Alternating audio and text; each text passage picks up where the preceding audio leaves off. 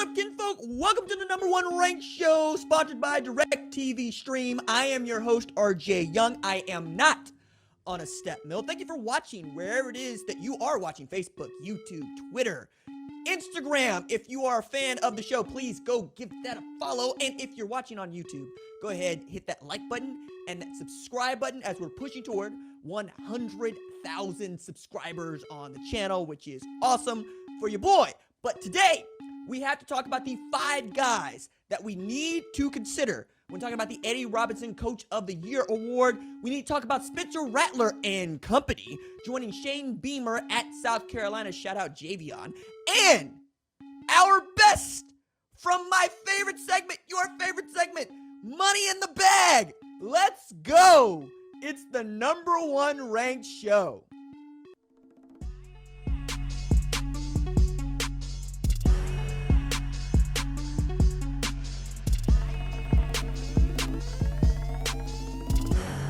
All right, so let's start with the Eddie Robinson Coach of the Year Award. And briefly, my man Eddie Robinson, born February 2nd, 1919. That's the year of Red Summer.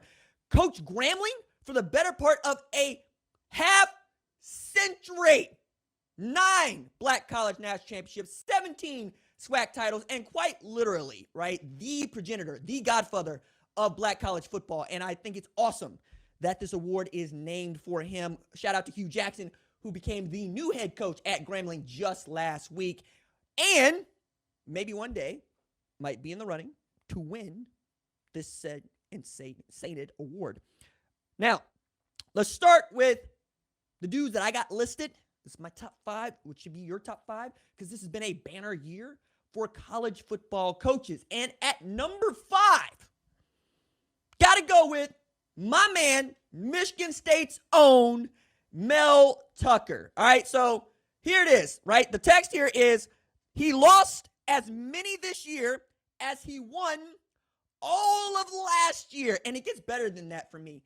At Colorado, Mel Tucker was 5-7. And then he goes 2-5, 2020 Michigan State. And then all of a sudden flipped it totally on its head with a 10-2 season. And his only losses are to the 2 best teams, according to me, in the Big Ten, Ohio State and, of course, Michigan, who won the Big Ten championship game. We'll talk about them a little bit more. But it's not just that Mel Tucker was able to flip Michigan State into a 10-win program. It's that my man got the bag for his efforts. 10 years, $95 million.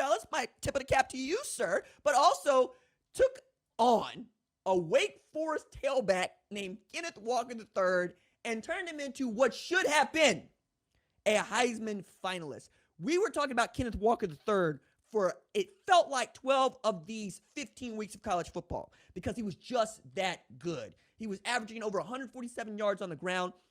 He was pushing toward not just being the best Michigan State tailback in 5 years, going back to Jeremy Langdon, but since Javon Ringer, back when I was in college, and Javon Ringer was laying the smacketh down like my man The Rock. Can you smell what Kenneth Walker III is cooking? Look at this, man. I'm about to cut a promo on the rest of these coaches because of what Mel Tucker was able to do. And in doing that with what we thought was the second best quarterback at Michigan State last year in Peyton Thorne. Then he showed up and actually was outplaying Rocky Lombardi, who, by the way, transferred to NIU and won a MAC championship with Thomas Hammock, right?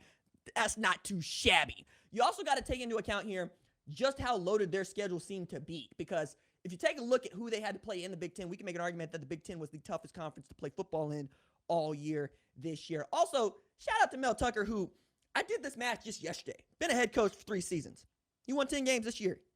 He won a total of 12 before this season. And he is the dude for which made all these bets on the transfer portal that actually paid off, right? Was able to turn Jalen Naylor into a dude that you know. Went and got Scotty Hazelton from Kansas State, who was at North Dakota State to coach his defense. It wasn't that great on the back end, but it's good enough to win 10 games, even if they lost 2 during the regular season. Hello.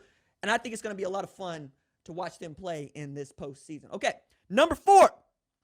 We got to go with your mans at what some folks call that team up north of what we going to call Michigan, Jim Harbaugh.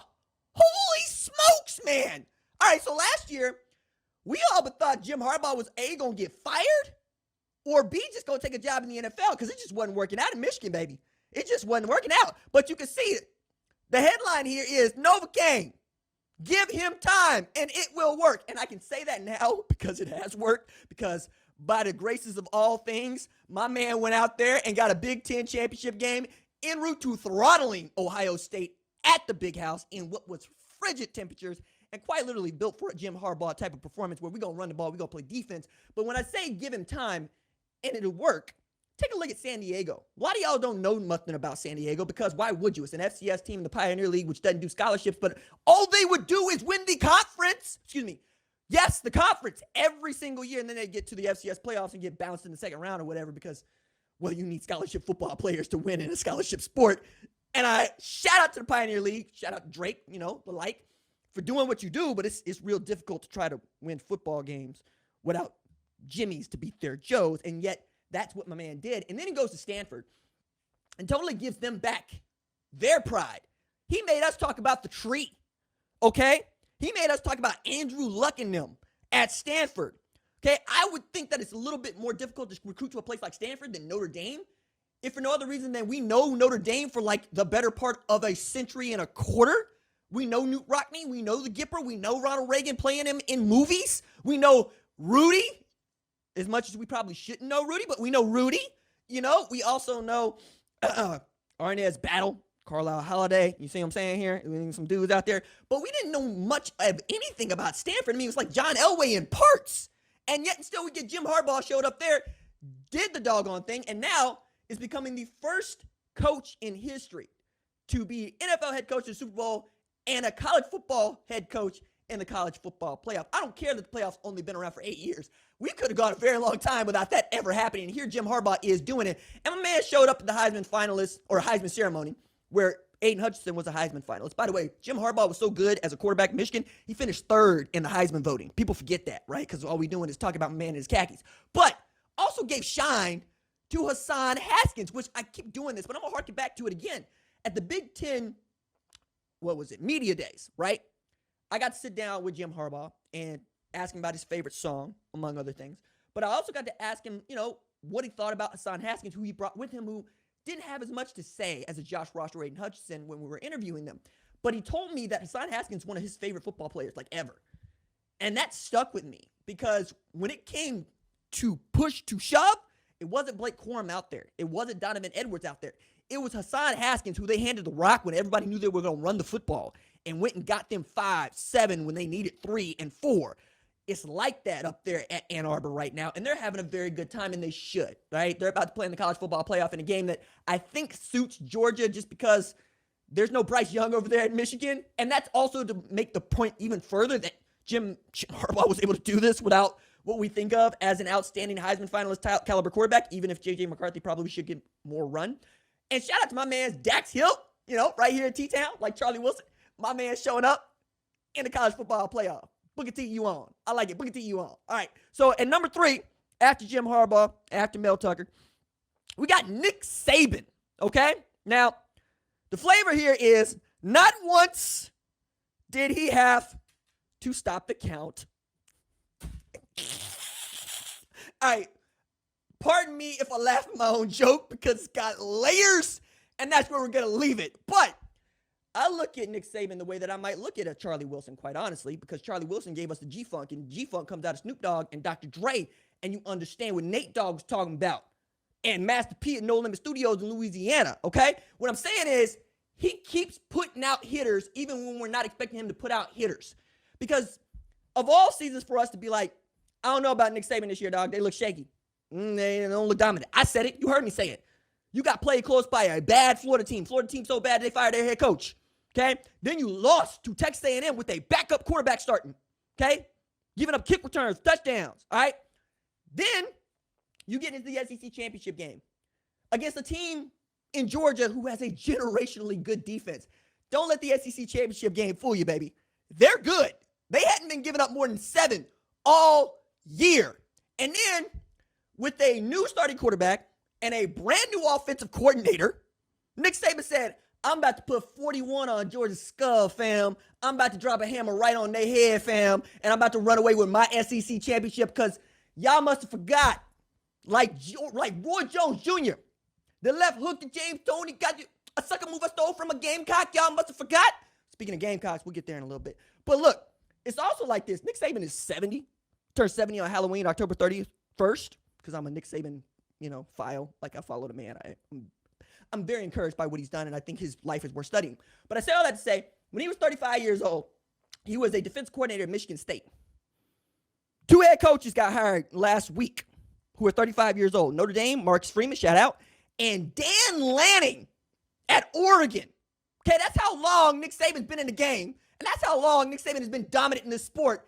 And I don't think he's won the Coach of the Year award since 2009, but it feels like every single year we can hand it to him for one reason or another. Look at the staff turnover. All they do is turn over dudes, and all he does is win championships because the entire program is built on him. He brought the process to Alabama. They didn't do it like they do it now before he got there. And it has worked for 15 years. And now they are not just in the college football playoff again, looking to defend their national championship. They're the number 1 team in it because they were able to get the best win of the season in the only game that mattered for them. That's phenomenal to me, man. I was looking at this graphic the other day, and I put it out on the tweets, and the tweets seemed to like it. But the 2015 coaching staff still putting out gems, all right? Billy Napier, Florida head coach, wide receiver coach on that staff, okay? Lane Kiffin, offensive coordinator, Ole Miss head coach, okay? Kirby Smart, defensive coordinator, Georgia head coach, all right? Mario Cristobal, offensive line coach, Miami head coach, what's the Oregon head coach? Dan Lanning was a GA on that staff. And right quick on the Dan Lanning bit, just to show you what it's like for Nick Saban to pick people and how good he is at identifying coaching talent and raising leaders by being a great leader. My man Dan Lanning was a high school football coach in Kansas City. New staff at Pittsburgh had been hired. Todd Graham's coming from Tulsa there, bringing Keith Patterson and other dudes with him, but he had been to a coach's clinic with that staff. Heard they got hired. Drove 13 hours up to Pittsburgh just hoping to get a meeting. Keith Patterson offered him a GA position, which was $800 a month. He took it, okay? That was 2011. He became Arizona State run game coordinator and then left that job to be a GA again at Alabama. You have a sitting position coach job at Arizona State, a Power 5 in the Pac-12, and you left that to be a GA for Alabama, and that was 2015? Not only does he have a national championship ring, he's got his own program now. He's 35 years old.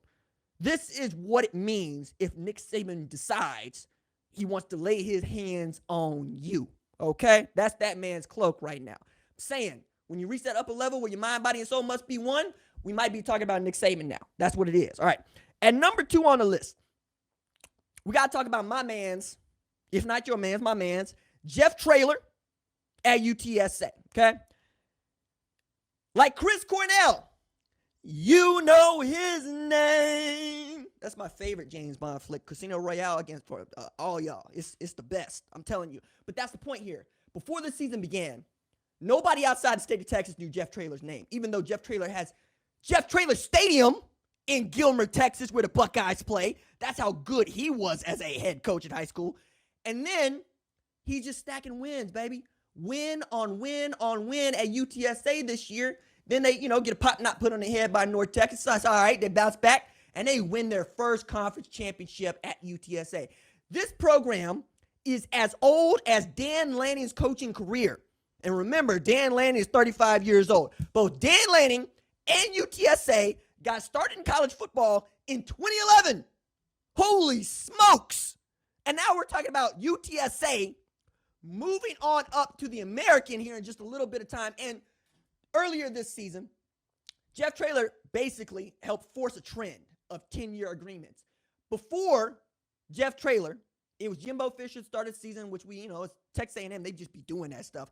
They once signed Jimbo Fisher 10 years, $75 million, because that's just how they get down. But before that, mostly you needed to have won a national championship to get a 10-year deal. I mean, when Dabo Swinney signed one 10 years, $93 million, everybody's like, I guess that's a lot of money, though, even if you won a national championship. Now, Mario Cristobal, James Franklin, Jimbo Fisher, Mel Tucker, Brian Kelly. We think Lincoln Riley, though, we can't verify that or anything because, private schools and whatnot and FOIA requests. But my man forced a trend by accepting a 10-year, $28 million contract. One that he said right here on the number one ranked show, his agent was upset with him about. He felt his word was convicted, right? To be at San Antonio, to recruit San Antonio, to try to build a football power at San Antonio. I don't know of any group of 5 coach that was able to do what he was able to do this year, which is show up 2 years into the game and make everybody pay attention to what you are doing on OTT broadcasting. No, OTT means over the top. It means we didn't put you on TV. We didn't put you on linear. You were basically on YouTube with me, and we care about you. That's what winning does, baby. That's what it does. They're 12-1. They have a conference championship, and they are building towards something special. If you can't respect that, you're not respecting college football, period. All right, number 1 on my list, and who I think should win the Eddie Robinson Coach of the Year award. Cincinnati head coach Luke Fickell. All right, say a lot of things about Luke Fickell, but being the only undefeated team left of 130, that's saying a bunch. That's saying quite a bit, okay? And we're in December now when you probably should have been taking L's, okay? Now, the other part about this is little trivia. We're going to little white space here, just a little blank space here while I give you 3 seconds to actually think of the answer to this question. When was the last time, date and year, that Cincinnati lost a regular season game, and to whom? 3, 2, 1. Memphis, November 29th, 2019. You hear what I'm saying? If it's a regular season game, good luck knocking off Cincinnati, because the only L's they seem to take are in the postseason, okay? And against teams that are 100% on the OJ's tip. Can you come out and play? They took Georgia to the wire last year, and then running the table this year, plus dunking on Notre Dame, the only loss Notre Dame had this year, propels them into what is a historic, and I think not enough has been put on this fact. They're the first group of 5 team to be invited to the college football playoff semifinals. It's not a small thing. It's one your boy has been caping for 8 years, okay? There are 130 teams playing in this sport, and we act like only 65 of them matter. Cincinnati has an opportunity here against the number 1 team in the country to show just how good the football is outside of our Power 5s, our Autonomous 5. And we are going to have a referendum on Group of 5 football based on how they perform, because it's not about whether or not they win, although it would be amazing if they beat Alabama. It's that if they get stomped on the way they say Oklahoma got stomped on by LSU, it's going to hurt even more for them than it does Oklahoma. And you saw how they treated Oklahoma from the outset of the college football playoff rankings this year. Not to say they weren't right, but at the time, Oklahoma's undefeated, and the playoff selection committee's like, nah, we don't want Oklahoma nowhere near our or our semifinal anymore. We just don't. They embarrass us. And that's not what you want in the semifinals. You want competitive games. You want both of those games to be meaningful, impactful, and take it into the late fourth quarter, right? You want 2 minutes left, be a 1-score ball game. Cincinnati can do that. We're going to see more teams get into the playoff outside the group of outside the Power 5. If they can't do that, it might be the first and only time we see a Group of 5 team make the playoff, even when everything goes right for them. I also need to add in here, he lost Marcus Freeman to Notre Dame, who I had been yelling for the better part of 3 years, was the best coordinator nobody was talking about. And then people started talking about him because they were able to run the table in the regular season 2019, gets a job at Notre Dame. He replaced Marcus Freeman with Mike Tressel. Yes, that Mike Tressel. Jim Tressel's relation. You know what I'm saying here? They keep it in-house at Ohio State. If you can be Ohio State light at Cincinnati, you're probably going to be pretty good, which is also another way of saying Ohio State is who they are, right? When Ohio State walks around, they might as well be Michael Beasley at the Lifetime Gym, just dunking on folks and also getting up shots talking about, I'm him, the only one, because that's how they get down. That's how they think of themselves, but that's also how we think of Ohio State. If you can be that Cincinnati, I think that's great. I also think it's important for Group of 5 football that no matter how the coaching cycle went down this year with 28 jobs changing hands, that he's at Cincinnati, okay? He could have said, no, I want out. He could have said, no, I will lowball LSU so that they come get me instead of Brian Kelly. He could have done that with USC for 4 months. He could have been anywhere else, and he is not, okay? He's going to be coaching Nippert Stadium next season.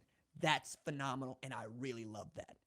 Okay, let us, as they say, segue into some news here. Personal to me, personal to you boys.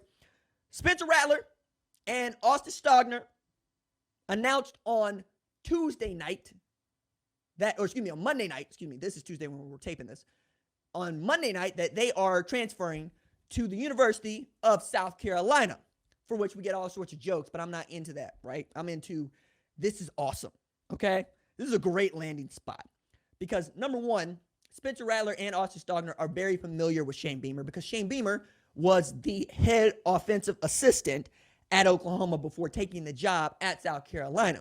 What's a head offensive assistant? Beats the hell out of me. But he did also coach the tight ends and fullbacks at Oklahoma, which means that he was coaching Austin Stogner. That was his position coach. That one made a lot of sense to me. The one that I think threw me, even if it didn't throw everybody else, was Spencer Rattler to USC because there was even some scuttle of Spencer Rattler to USC. See what I'm saying there? Okay. Now, there was also UCLA in the mix there for a little while. And then Dylan Gabriel kind of announced that he wanted to go there too. So I was going to be interested to see how that was going to go. But Chip Kelly still got a lot of dudes to pull from. But Shane Beamer coming in their swoop and get Spencer Rattler, I thought was a great fit for both. One, Beamer is beloved by his players. Okay. Every last one of those dudes that I spoke to want to lay down in traffic for Shane Beamer. Okay. And there was a very loud yell to bring him home to South Carolina after having been an assistant there before when that job came open when they fired Will Muschamp. Now, the other part about this that I found be really cool is South Carolina took a grad assistant off the shelf in Zeb Nolan, whose claim to fame at one point was going for like 300 against Oklahoma at Iowa State and having been quarterback for like 2 seconds at North Dakota State during the spring, then became GA at South Carolina. Luke Doty goes down, and then they have to replace, I think, the 25th highest recruit ever at South Carolina in Luke Doty with a GA in Zeb Nolan. And they rode that to 6-6, which means my man Javion fell 1 win short of winning the bet that was made on his show of South Carolina getting to 7. Now, I'm going to collect, but I also need to say, your boy was sweating. Your boy was sweating because they knocked off not just Florida, who ended up not being very good, but Auburn, who had taken Alabama to the wire in OT. Matter of fact, shout out to Miss Terry, who was just all sorts of excited to see her husband in the hallway after that. Love that. Miss Terry, who said famously, see? Actually, I got to back up on this one because I got to tell this one. I'm just segue right quick. We got to do it. All right. So Nick Saban and Miss Terry, his wife, are in West Virginia. And they're driving through his hometown, right? Where his father, Nick, used to own a gas station. Where Nick Saban used to work at the gas station. He was Big Nick. Nick Saban was Little Nick. Okay. So find out the gas station is owned by somebody else. At this time, Nick Saban is who he is at Alabama. And he points to the gas station and says, see, if you'd have married that dude, who also is the boyfriend or former boyfriend of Miss Terry, who owns the gas station, you'd be running the gas station with him. You'd be working at the gas station. See what I did? See what I saved you from? Because we men, we like to think that we big and we bad and we did everything. Miss Terry didn't miss a beat. She launched an expletive, which Ryan said bull and spit, and said, bull spit, I would be, sorry, he would be the head coach in Alabama. I love that story. I love that story so much. It's because I got a special thing right here for coaches' wives because they're doing all the work that nobody talks about because all coaches got to do is get up and go coach football. Ask a football coach who Penny Mac is, okay? And if they tell you something about the Beatles, you know they don't know what they're talking about, okay? Ask them who Fannie Mac is, okay? If they tell you it's an old girlfriend, they don't know what they're talking about. Point here being, I'm here for Shane Beamer, and I'm here for Spencer Rattler, I'm here for Austin Stogner, because that feels like a fun football team. It feels like a football team everybody can root for. It feels like a football team everybody wants to succeed. And they got some really great games on the schedule this year, okay?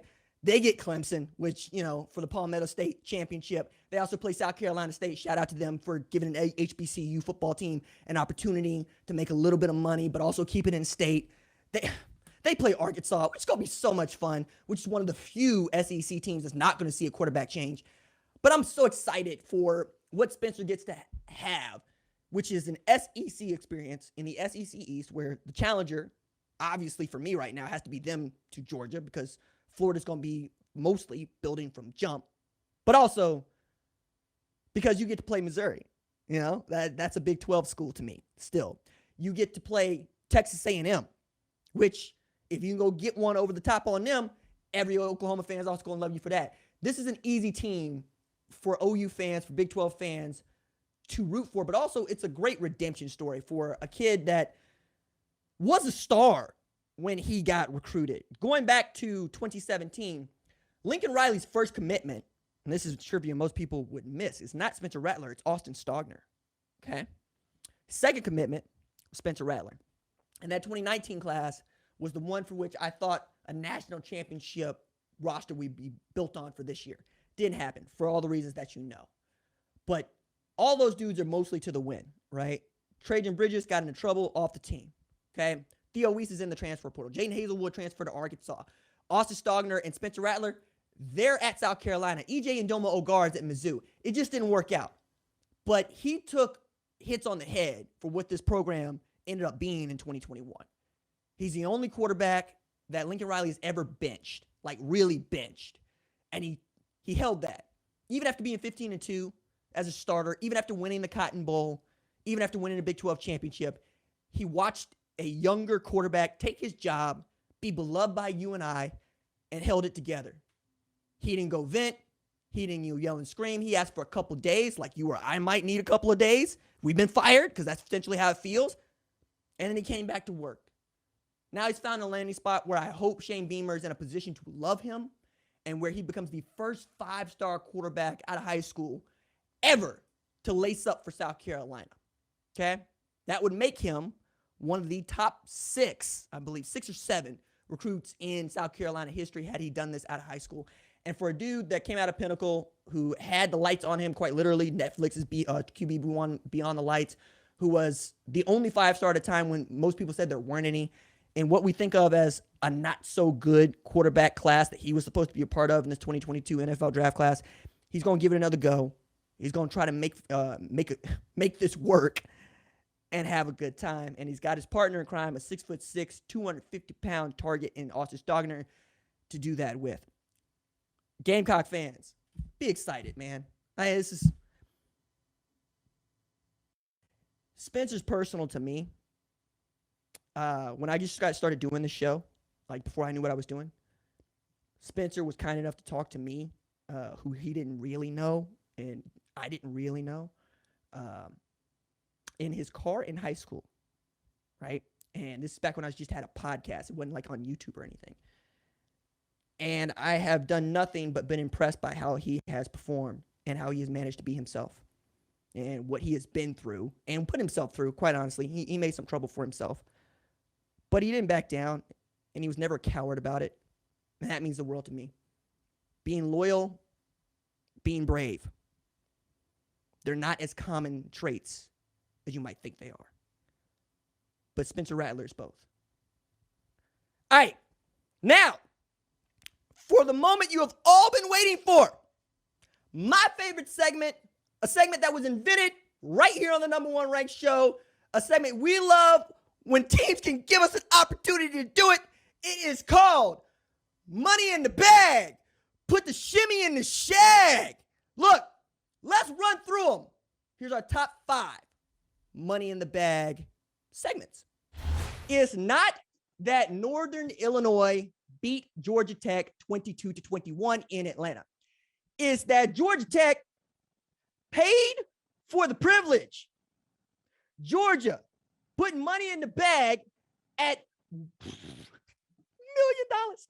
It's not just that Illinois lost to UTSA, UGLY. You ain't got no alibi because you ugly. Yeah, you ugly. Or that was the loss, 37-30 in Champaign. It's also that Illinois paid over $1 million for the privilege. Illinois put the money in the bag. It's not just that Western Michigan beat Pittsburgh 44-41 in front of 40,000 plus Steel City acolytes. It's that Pitt paid $300,000 for the privilege. Western Michigan, a G5, taking flight, banging on Pittsburgh, a P5. Good Lord, great googly moogly, and man alive. The win on the road at hallowed Heinz Field was WMU coach Tim Lester's first win against a Power 5 opponent in 5 years of running the Ponies. The Panther defense got worked like a Wakandan crown prince in a ritual challenge for the throne. They gave up 516 yards of offense, dog, including 22 of 34 for 323 passing yards from Bronco QB Caleb Ellaby. Pitt, you been had. I said you been took. You been hoodwinked, bamboozled, led astray, run amok. This is what he does. WMU put the shimmy in the shag. Pittsburgh put the money in the bag. It's not just that Fresno State beat number 13 UCLA in Pasadena 40-37. It's that UCLA paid $1.1 million for the privilege. UCLA, UGLY. You ain't got no alibi because it's ugly. Yeah, this ugly. Number 13, UCLA was the highest ranked team Fresno State has defeated since beating number 13 Kansas State in Manhattan September 12th, 2004. But it gets worse for the LA Bears. Fresno State has beaten UCLA 4 times in a row. 2003, 2008, 2018, 2021. Look at those years. Hang them like banners. In 2018, Fresno State emptied UCLA's pockets for $650,000 after whipping them 38-14. And to get the cool $1.1 million out of Hollywood in 2021 after a plague year, it's like the dogs know whose pockets stay full of lunch money and aim to relieve you of the burden. Westwood, I said you been had. I said you been took. You been hoodwinked, bamboozled, led astray, run amok. This is what he does. Fresno State put the shimmy in the shag. UCLA put the money in the bag. It's not just that Bowling Green beat Minnesota 14-10 at Huntington Bank Stadium. It's that Minnesota paid $1.45 million for the privilege. Means the BGs knocked and stuck up Minnesota at the place of business that they call the bank. Walked into Gringotts, came out with the bag of gold, got galleons like gangsters got gats, strutted through Diagon Alley like a Death Eater with a snake fetish. What's a goon to a goblin has quadruple meaning now. The BGs win against the Gophers, snap Minnesota's 21-game winning streak against non-conference opponents. That was the longest active such streak in the country. And now it is graveyard dead. And as I prefer to say, though, the BGs made sure the Gopher streak is not staying alive.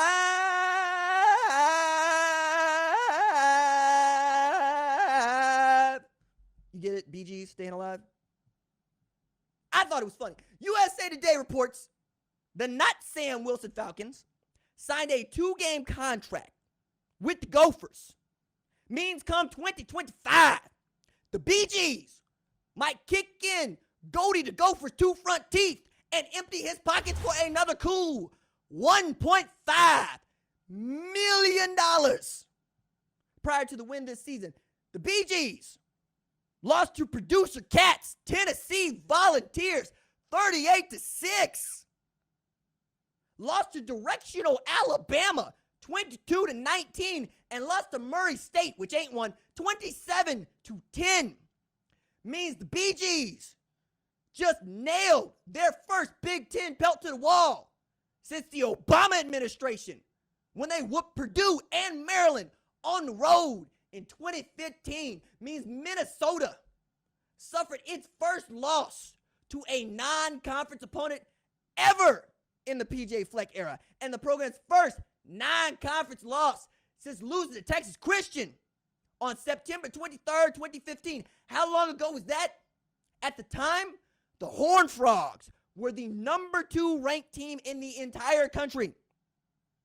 What I'm saying is Minnesota, you've been had. I said you've been took. I said you've been hoodwinked, bamboozled, led astray, run amok. This is what he does. Bowling Green. Put the shimmy in the shag. Minnesota. Put the money in the bag. That is going to do it for this episode of the #1 ranked show. Thank you to our sponsor, DirecTV Stream. Our intrepid producer is Catherine Donnelly. Our director is John Marcus. That is Tyler Wojak over there on the 1s and 2s. And we will see you next week right here on Wednesday on the YouTubes. And of course, you can get the podcast if you type to stay up overnight to listen to the show. That's it for me. Deuces.